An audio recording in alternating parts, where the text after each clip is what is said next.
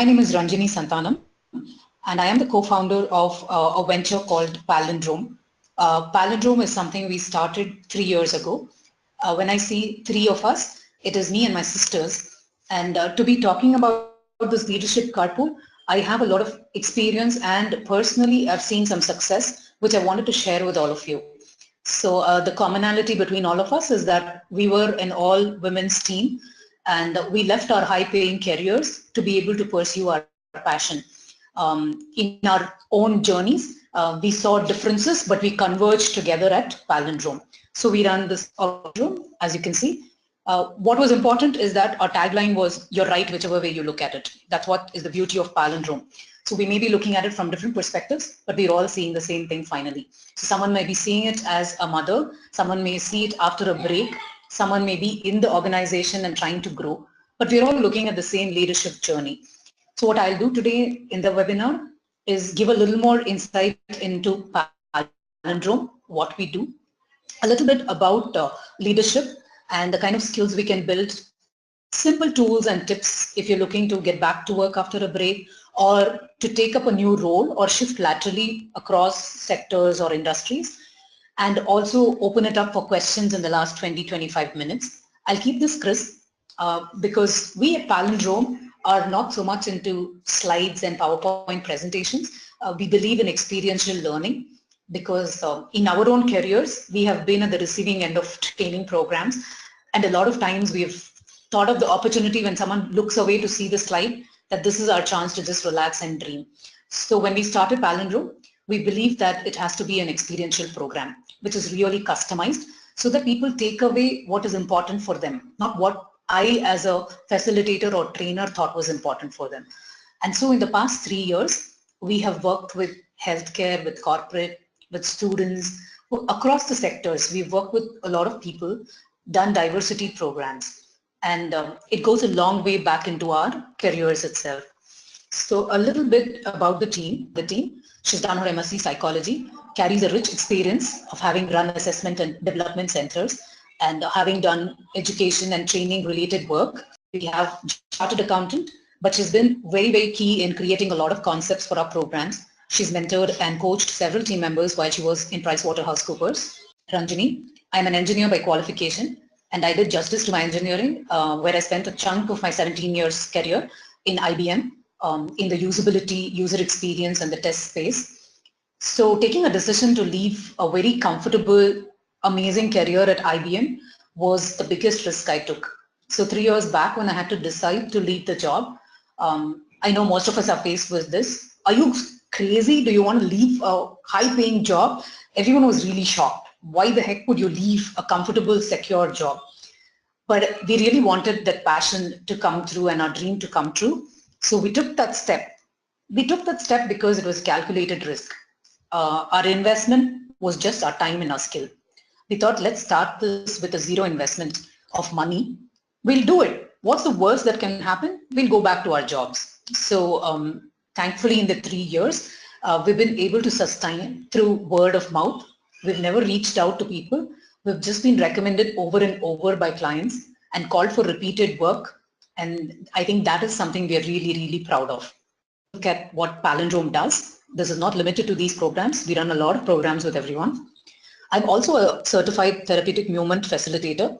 So I've done a lot of work with people one-on-one in terms of therapeutic settings.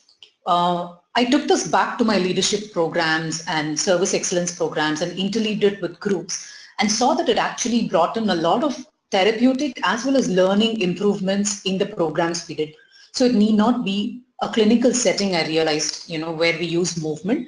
So anyway, we are an experiential learning venture. We use art, theater, drama, we create games, and we also included movement and music in it. And it brought tremendous benefits in the learning, and it brought a lot of people together. So we've been doing a lot of bespoke programs for organizations.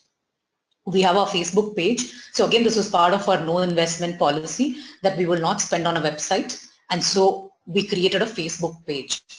This is just a picture, a collage to show how we do it the Palindrome way. That's the three of us. We involve a lot of storytelling, humor, and games. That's us doing a diversity program using art, movement and games. Then with women to build their leadership and confidence abilities. So what we've been doing throughout is that we've focused on creating a leadership pipeline. Whether people are on a break, whether they are going to pursue a leadership role, for diversity, especially for women, we wanted to make sure that there is a leadership pipeline created. That is the essence of many of our programs. I think as women, so many reasons why we drop out of our jobs just when we are on the brink of that big promotion, or just when we want to take that high risk but interesting job that we really wanted to take, we drop out, and when we come back, we probably want to take on a very comfortable role, just an individual contributor, and we're like, okay, happy doing this because it's just safe and secure. But I think the focus for us, whether it's women or anyone, is to create a leadership pipeline so that there is a constant supply of people who have the leadership capabilities in them. It's not that when we get the leadership role, okay, we'll build it. We start to build it before so that we are ready for the leadership role. In doing so, we don't want to use tried and tested methods and dump it on people. I think leadership comes from being authentic.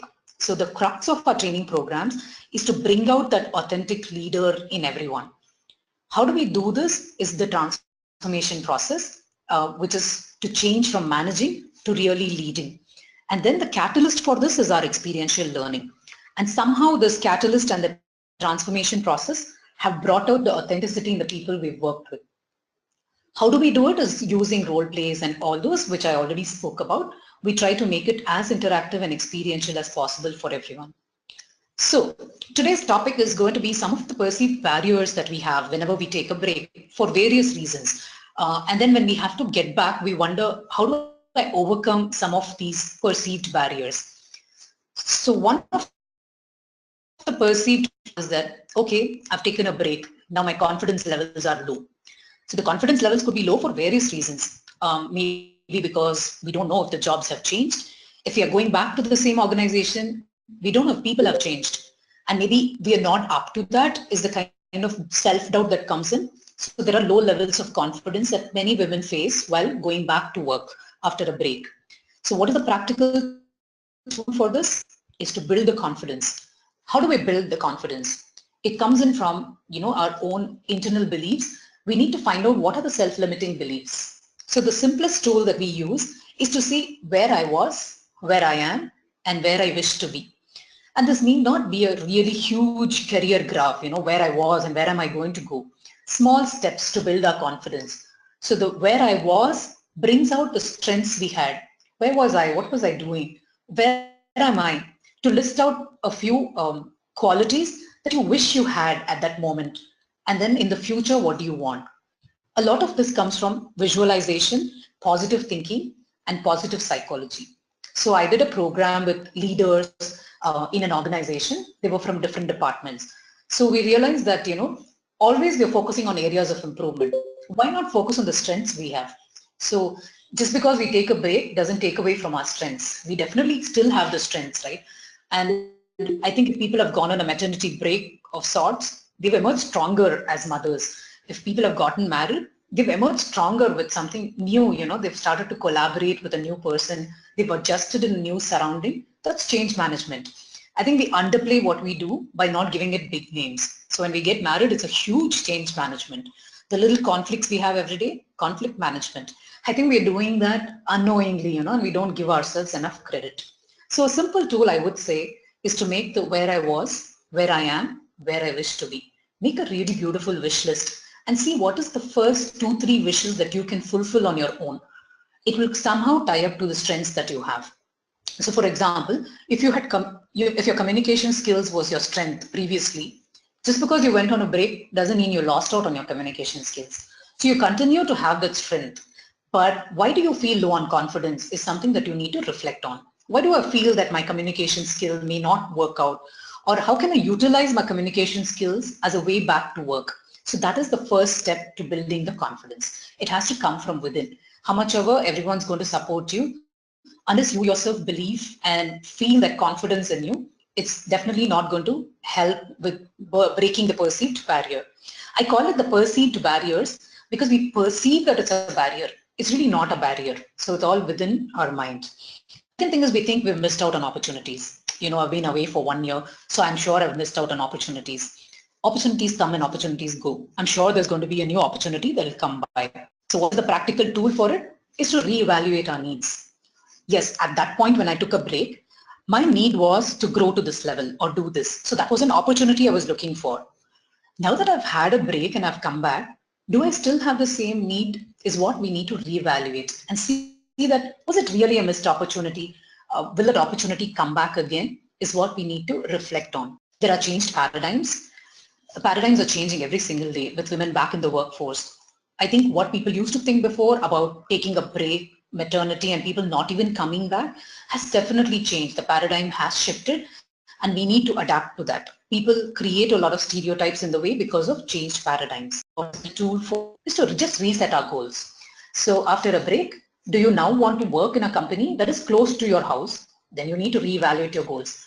Or is it okay if you travel the distance, but you just want a half-day job that will really make sure your dreams of being financially independent come true? Or is it that you're willing to sacrifice everything to go for that leadership role that you always wanted to? So we need to reset the goals. So simple 2-3 goals need to be reset. So for this, again, we can do what were my goals and what do I want to reset? Just move the priority of the goals that were set, because we have to accept that things have changed for us after the break. Next thing is work-life. I don't call it balance, imbalance. So the perceived barrier is, oh my God, now there's going to be a work-life imbalance. If I do it in favor of the family, my work is going to get affected.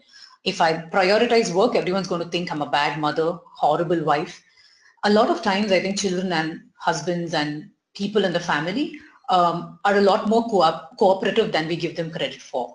So it's just that we don't reach out enough. We think that if we ask, what would they think? If I go away, would I come across as a bad mother? Would my children miss me? Most often children just manage on their own. It's we who end up missing our children. So the work-life imbalance, key negotiation skills. Who do we negotiate with? See, these are all so beautiful, it's what we think we are doing, speaking to mother-in-law, asking her to adjust or asking our parents to do this are just negotiation skills. Telling the kid, you know what, if we do this on a Saturday, I'll do this for you, is just to get our negotiation skills working well. So while you're honing these negotiation skills, you're actually preparing in a subtle way for your leadership role, where you get to negotiate with people at the workplace. Most of us are worried about the skill gap. Okay, so 2 years back, I took a break. And that time there was no word called Hadoop. Oh my God, now there is Hadoop. There is something else called IoT that's come up. What am I going to do? So with the fear that we may not be able to bridge that gap, some of the women don't even take up those roles. But unless we've tried that, we don't know what we're missing out on. What we do for that is work on our personal development, build our confidence, which was the first step, learn those skills, keep yourself abreast of what is happening, because while you were away on a break, you could still be reading up on Coursera, you could join webinars, you could be learning the skill that you want to, if IoT is the in thing or usability is the in thing. So here also, one thing to keep in mind is, if I do IoT, what do I want to focus on? And in doing so, does it create a work-life imbalance? So if I have to go learn something, would it take me outside the country? Would it take me to a different location? So all these go hand in hand. When we do personal development, we may need to reset our goals. We may need to reevaluate our needs. So a lot of it goes hand in hand. We worry about the loss of contacts. Yeah, out of sight is out of mind. Several people think that, okay, I've just left and people don't even contact me. So there is a fear of loss of contacts and we don't know how to get back to the industry. Be part of networking events. There are a plethora of networking events that happen, and I think Jobs for Her is a great platform that does run a lot of networking events, and several people offer such networking events. The best part about these are they're completely free. We don't even have to worry about the huge fee that we have to pay. So be there for these networking events. Get someone to take care of the kid or the ailing parent or someone who's dependent on you to make it to this event. Some of us think, oh my God, on a Saturday and it's going to be yet another talk. Maybe the talk itself may not be interesting, but you do end up making contacts that could transform your life, change your life, or bring in something that you are really looking for. And I don't say it just like that. We are experiential learning, so we speak only from experience. So we were there at one of the conferences, on a Saturday afternoon, and I was like, okay, should I have committed on a Saturday afternoon? And the three of us landed there for a session. We were presenting there, and we did a dance movement therapy session for breaking stereotypes. It was so well received. At the end of 1 hour, people really loved it. But as we were walking out, there was one of these HR heads for diversity from a very well-known brand. She walked up to us and she said, hey, that was great. And I'm so glad I met you guys because I have a diversity program in mind. Would you like to partner with us and do this program? And now this was such an unexpected opportunity. If we didn't go to this event, we wouldn't have met this contact. And we would have been striving to get into one of those such big brands, and sitting there, it would have still been in the bureaucracy, the red tape, it would have been caught there. But just meeting this woman changed so much for us because diversity is something that we're really passionate about, not limited just to gender diversity, but the richness of diversity in the workplace. And this program was very, very well received. We're very happy to be associated long-term with that brand. So do get up and attend these networking events because they may just get you your dream job. Lack of guidance. Many of the times we know what we don't want, or sometimes we don't know what we want, and we just need that right guidance. It's such a busy world that people have the time to forward a lot of messages, but they may not have the time to respond to your message. Like, hey, I want to do this, any idea? And they'll respond after a month and say, I'm so sorry, I didn't get back to you.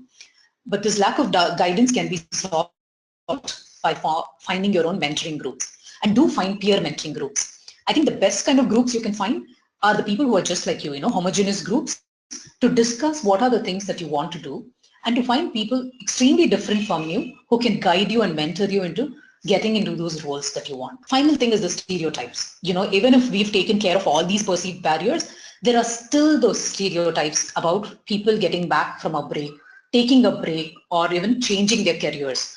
So when I left my IT job, a lot of people asked, IT to training? I mean, like, you're doing experiential training. And a lot of people joked and said, are you dancing? I mean, like, what kind of thing is that to do dance as a job? And when my sister left her chartered accountancy job, people were like, oh my God, you're making so much money. What are you doing now?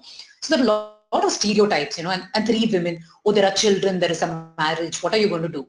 I think all along the way, shattering those stereotypes should be the main goal of our lives, because I think people just slot us unfairly into these stereotypes. How do we do else is wiped out when we break these stereotypes, and the power lies just within us, like I said before. So we call it the raking after the break. Just like autumn, when the flowers have bloomed, the fruits have fallen, and then the tree also goes through that, right? So why are we any different? Even the tree and the nature goes through that. They flourish, they do things, they take a break, they do dry up, and everything just falls down.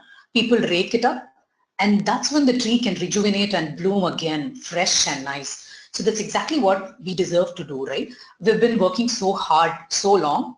Definitely we do deserve a break to refresh our skills, to just take a break, be with ourselves, and then come back. So I love this thing of rake after a break, and we'll tell you our take on it. So what you need to do after a break or during the break is to find your calling.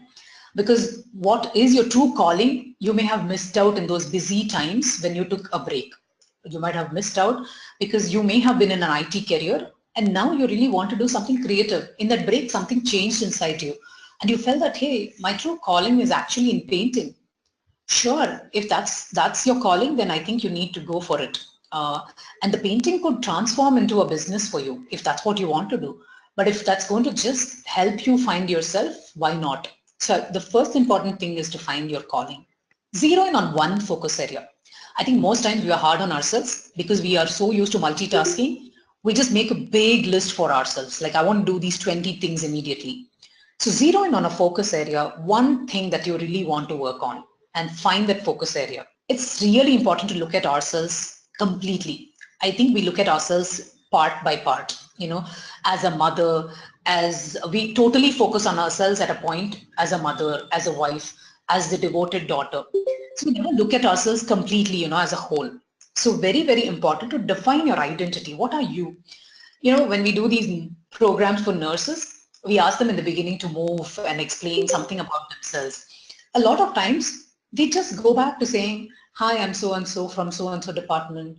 My child likes to do this. My husband loves noodles. They love to do this. So I'm like, what do you love to do? And that's the time they get stuck. They really don't know what they want. And they say, oh, madam, nobody has ever asked me that, at least in a long, long time. I would like to just do this. And it's a very simple wish.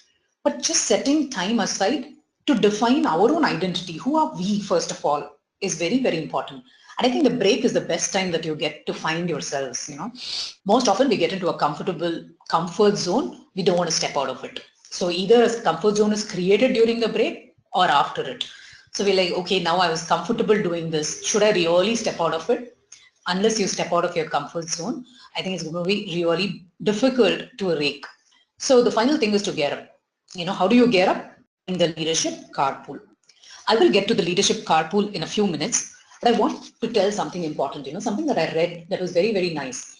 What we do through the journey of our career is first we manage. So managing is somebody will tell you do this, do that, and we somehow manage to do it, So it is more of the action, do it. Then people will start instructing in school and everywhere.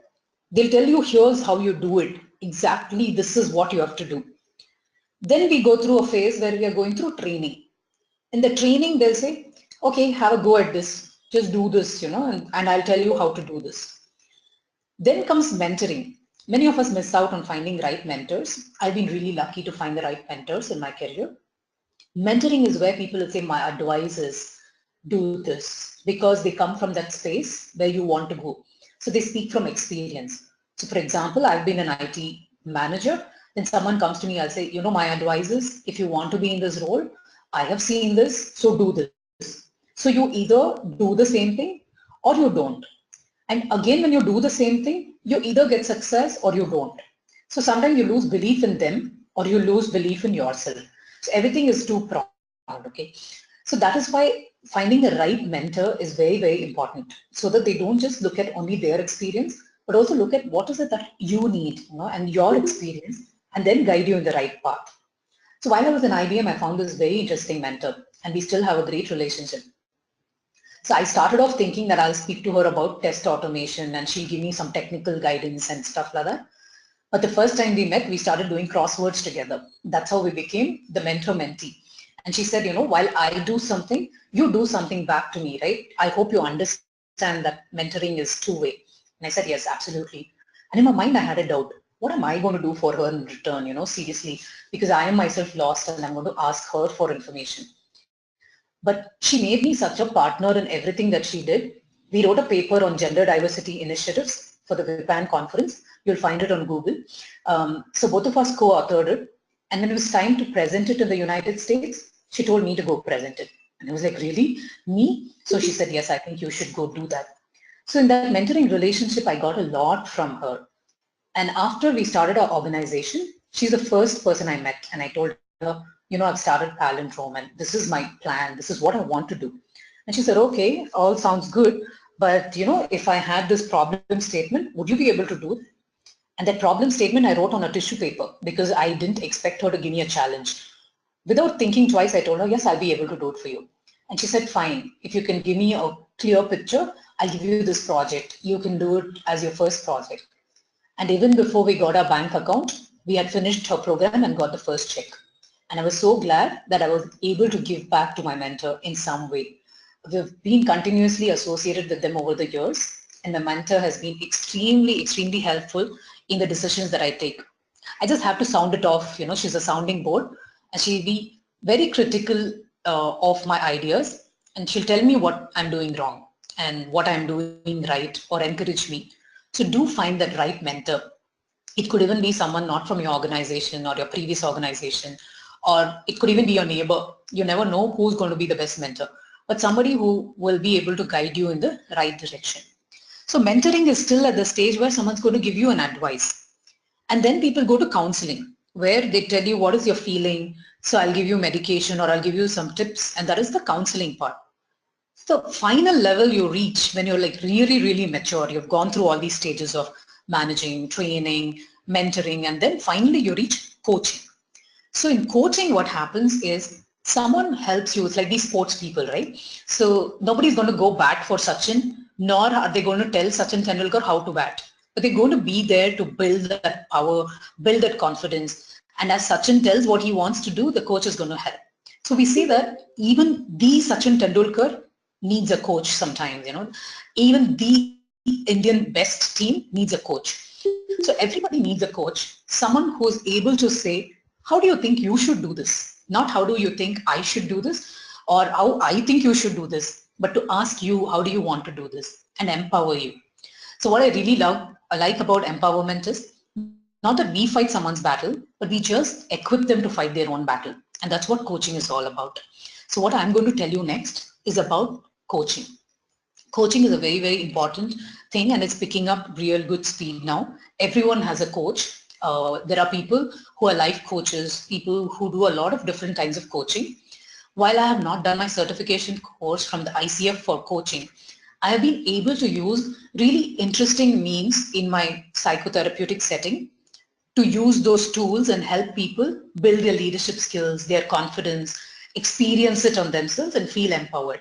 We've had great success stories. I work with several groups of women, and each one of them has been a success story that I am also proud of. The women have really come up trumps. So that's when I came up with this idea of leadership carpool. So I was just sitting one day and thinking, what is a good name I can give to a leadership program? And then suddenly I thought of a leadership carpool. Just like how all of us are going towards the same destination. I think it's great if we all got together. Instead of all of us going in the same direction, adding to the traffic chaos, it's nice to get into a carpool. It's really the carpool, right? Sometimes people take turns driving. Sometimes people take turns being a navigator. They start from different locations, but they all end up in the same place. So we all start at different points probably, but how beautiful it is to get into the same carpool. On the way, we'll turn up the music. We'll all discuss our learnings, best practices. We speak about the traffic. And when we go in the traffic as a group, I don't think we realize how difficult the journey is. We just end up at the destination and we're like, oh, wow, this is great. And if you don't have a great set of people to go with, it's still a learning. You do end up getting perspectives and diversity. So a carpool seemed to be so beautifully reflective of leadership. So this is what we thought a leadership carpool would do. It's a group coaching that we're planning to do, and we're going to start the series. What a carpool of leadership is going to do is it'll first create a safe space so that you can have constructive conversations. So what we'll focus on is the strength you have and start from there, not an area of improvement. We start from where you are. Even if somebody is saying that my confidence levels are low, we'll start at that level. What is a low level? Is it 0.5? Okay, we'll start from 0.5. It's definitely not a 0. Then we guide them towards introspection, reflection and self-discovery. It's about finding the same thing that I said, about finding yourself, the complete identity. Then we help you connect with each other from different organizations or different industries and to share the experiences. Then to identify the strengths, the issues that could come in the way. It's not the weakness or area of improvement, but the issues that could possibly come in the way, and to explore and find possible solutions. Then we'll encourage and steer you towards self-motivated action. So you decide what you want to do, not anyone else decide for you. But I think we miss out, we let someone else take decisions for us. So here we make that leadership decision into a leadership carpool. So you learn from peers across the industries, you get perspectives from shared experiences. So what we're going to do in this group coaching is not limited to only IT folks or somebody from here or somebody from that organization. We're just opening it up to everyone. So we're starting that, I'll tell you in a bit. We're starting that in a little while, and people are joining this carpool from different backgrounds. So it's very interesting to understand how leadership works in different backgrounds. So maybe someone from healthcare can give you a perspective you never thought of, or someone from IT can help healthcare understand how leadership works. And then you will get feedback right there from neutral parties. See, many of the times when we run programs, right, when we do a very, very deep dive session with a small group from the same organization, they're a little hesitant to open up because they're like, oh, she's from the other department. What will she think if I tell her that my greatest fear is losing? What will she go back and tell everyone? And they're very scared to give feedback. Oh my God, she's my supervisor, so I can't tell her. So in giving you a leadership carpool where people are from different backgrounds and from different places, you have a very neutral setting. You don't feel bad and offended when they give you feedback. You take it very constructively. It's an opportunity for you to practice and refine. So it gives you a chance to try the tools that we give you refine it as you go and say that, okay, if I change this, this would work for me. If I change that, maybe it'll work for me. And you'll get a chance to do that. It's unlike a training program. You'll create best practices for yourself. While you're there in the carpool, you create your own best practices and think that, hey, if we take this route, I think that'll be the easiest to get to the destination, or this has better roads. So you find best practices, best routes to get to your leadership destination. Then discovering ways to create a leadership pipeline. It's not enough if we get back to roles and we do our own leadership work, but we also have to create a pipeline. And as I keep saying leadership, I don't mean it with a title, that you are the leader of this organization. I mean leadership in the spirit of leadership, where you take up the initiative, those cliched words of taking up initiative, being proactive, doing something with visibility, all those things, but that is called leadership, not with a title or a professional role as such, but you go back as leaders. Then you get to wear several hats. You get to be the navigator when we do the carpool. You can get to drive. You can get to just sit back and relax in the carpool. So you get to try on different roles and wear different hats and see if wearing different hats gives you a different perspective about your own self. It's nice sometimes when we step out of our own circle and look at our problem from a third person perspective. Then sometimes aha moments happen. We ourselves find the solution. We see that sometimes we'll talk to someone and say, hey, you know what, I have a problem. And you start to discuss. And when they start asking you questions, you'll say, never mind, I found the answer. So you only needed to bounce it off with someone. That's what will happen here. And in all this, you get to enjoy the ride. When you have one-on-one coaching sessions, it's just one person. Maybe after a point, you get a little bored. You want some freshness. So having a group, a small, intimate group, helps you enjoy the ride. So that's why the leadership carpool concept. The pictures are very evident, this grumpy looking lady in her own car, and then in a group pool she looks happier and she has diverse people in her group. The palindrome way. Our approach is that we use experiential means even for coaching, because I think this is a great quote. I found some great quotes that go with these approaches. It's because I think when we hear, sometimes we forget. We see, but yeah, we'll remember. But I think if we do it, we really understand it better. So we'll get you to experience this whole coaching on your own, so you know and you remember and understand also. And I think creativity is beautiful. I call it the art-based coaching technique, ABCT instead of ABCD, where we will be using all these, because I think in creativity, we are able to become who we are, creativity is the best way to connect with the self. That'll be the crux of our program for this group coaching. And I think when women help women, really amazing things happen. We are an example ourselves. The three of us women in our family and in our house have helped each other, and I think amazing things happen to us. I can say it with conviction. It happened to us, so it could happen to everyone. So what will happen in this session, the group coaching that we are starting, is we'll have 4 group coaching sessions. So for now, what we planned is we'll have it one every week or every weekend, so that people have a chance to go back and apply it. So for people who are already in their workplace, they get to go apply it with their teams. But if someone's on a break, they can still apply it in their interpersonal relationships and say that, I tried being this, but I couldn't do it. Maybe I need to do it differently. So we want to give a gap. But if someone wants to do it at a stretch, do 4 sessions in a week, still fine. But we definitely want to do 4 sessions of 2.5 hours. There'll be a group coaching. Like there'll be a small group of 5 to 6 women. This is only for women for the beginning because we focused on diversity. So 2.5 hours. What we will be doing, the focus will be on knowing our own selves. So the first 2.5 hour session would focus on finding your own strengths and getting in touch with yourself. The second one will be called conversations and beyond. This is your interpersonal connections with people. How do you deal? What is your communication style? What is your dominant communication style? Or how do you interact with people, and what is it about it that is self-limiting, or what do people perceive your conversations as? So we'll do a conversation-based activity, set of activities, which is about conversations. Then there are social styles. So here we will focus on building assertiveness, confidence, risk-taking abilities, trust building. So all these factors form the social styles. So it's not just in our social setup, but also in our professional setup. What is our social style? We'll work on that in the 3rd session. And the final session would be the spheres of influence. So to find out what are your spheres of influence, how can you expand that sphere of influence, or how can you use that as an advantage to build any aspect that you want to work on, either your confidence or your negotiation or your leadership skills. So these 4 sessions will go deep into each of these aspects. At every stage, there will be a reflection of self-assessment after every session, but we will also do an exclusive self-assessment after these 4 sessions. We have a creative self-assessment survey that we have created, which we will mail to the participants and they'll fill it. After they do that, our coaching session, where it'll be a culmination of these 4 sessions, whatever we observed about them, what kind of feedback came through, and then what the self-assessment was. We'll tie all this learning together in the final session. So if you see this picture, it's interesting. If I were in a session, right, meeting all of you face to face, I would have asked you, which one is you? So here, I don't want to be the person, or the coach, one of us in the team, do not want to be the person looking into the crystal ball for you. We are the person sitting on the opposite side. So at the end of this session, you will get to see your own crystal ball, your future and your fortune. So we want to empower people at the end of these 4 sessions in the 5th session to empower them to see their own crystal ball and create their own future. So that's the whole idea of this group coaching.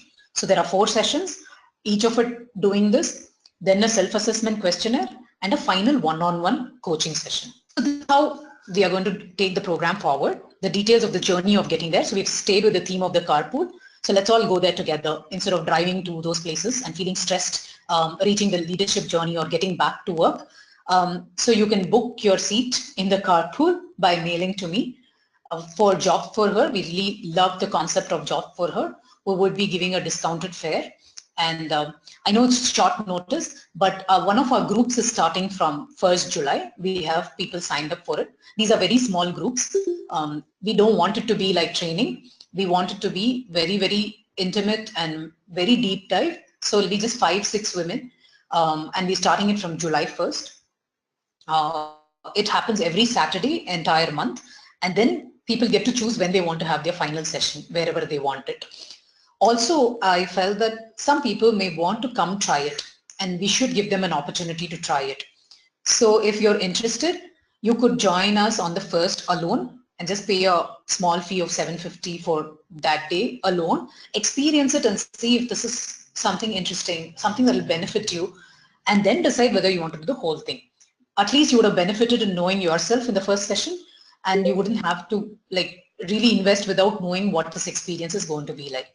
One thing I can definitely promise is it's going to be a great deal of fun and learning. We've had a lot of success stories with this kind of work.